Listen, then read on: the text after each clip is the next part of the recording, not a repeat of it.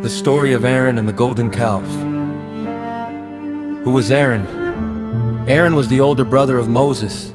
He was known among the people as a man who could speak clearly and confidently. When God called Moses to lead the children of Israel out of Egypt, Moses felt he was not good at speaking. So God allowed Aaron to stand beside Moses as his spokesman. Aaron would speak to the people and to Pharaoh on Moses' behalf.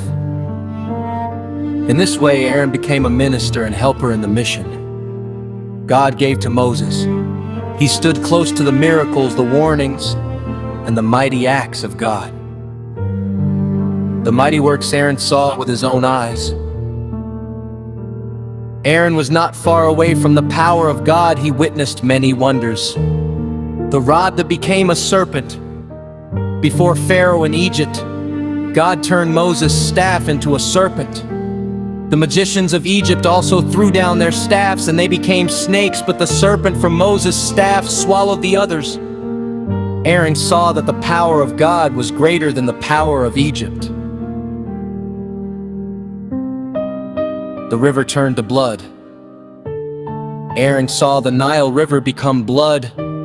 The water the Egyptians depended on could no longer be used. It showed that God had power over the land and its gods. The plague of frogs. Frogs filled houses, beds, kitchens, and streets. Everywhere the Egyptians turned, frogs were there. The plague of flies. Swarms of flies covered the land and troubled the people. The plague of locusts.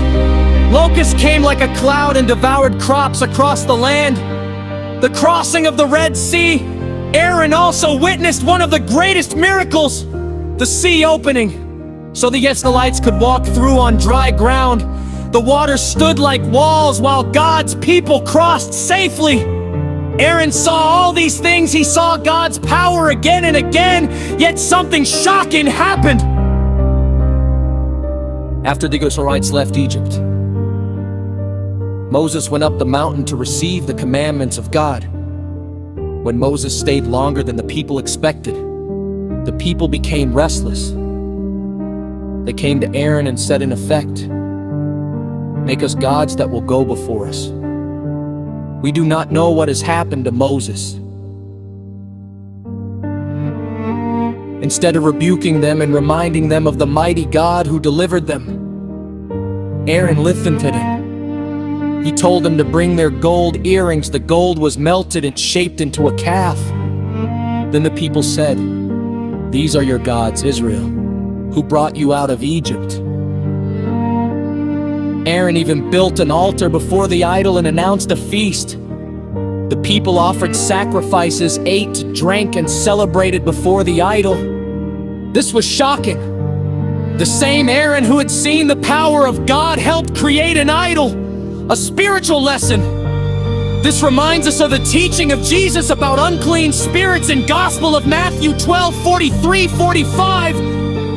Jesus explained that when an unclean spirit leaves a person, it wanders through dry places seeking rest. If it finds none, it may return to see whether its former house is empty. If the place is empty and unguarded, it may return with even more spirits. In a similar way, the spirit of idol worship that God delivered Israel from in Egypt was waiting. When vigilance was lost, the temptation returned. The lesson is clear. After leaving sin, we must watch and pray so that old habits do not find a way back. A warning for believers today. Aaron was educated, gifted in speech, and held a position of leadership.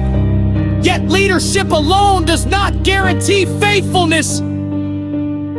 God chose Moses as the primary leader and used Aaron as his spokesman.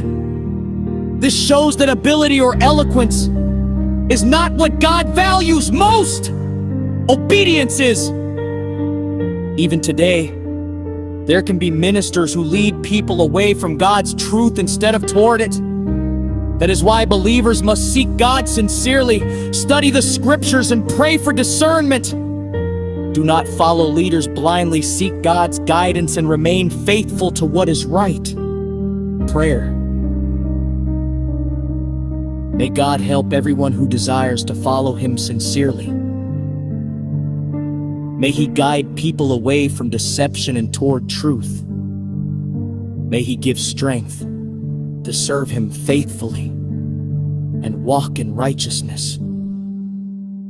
Amen.